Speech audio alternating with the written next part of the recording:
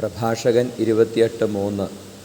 അയൽക്കാരനോട് പക വച്ചു പുലർത്തുന്നവന് കർത്താവിൽ നിന്ന് കരുണ പ്രതീക്ഷിക്കാനാകുമോ? പരിശുദ്ധ പരമ ദിവ്യകാരുണ്യ ഈശോയ്ക്ക് നേരവും ആരാധനയും സ്തുതിയും പുകഴ്ചയും ഉണ്ടായിരിക്കട്ടെ. ഈശോയെ സ്തുതിക്കുന്നു, ആരാധിക്കുന്നു. Hallelujah, hallelujah, hallelujah, hallelujah, hallelujah. ഈശോയെ, ഞങ്ങളുടെ ഹൃദയങ്ങളെ വിശുദ്ധീകരിക്കണമേ. മാലാഖമാരോട് ചേർന്ന് ഞങ്ങളിങ്ങനെ സ്തുതിക്കുന്നു. എല്ലാവരെയും സ്നേഹിക്കുവാൻ, ആരോടും വെറുപ്പും വിദ്വേഷവും ഇല്ലാതെ എല്ലാവരോടും സമാധാനത്തിലായിരിക്കുവാൻ ഞങ്ങളെ സഹായിക്കണമേ.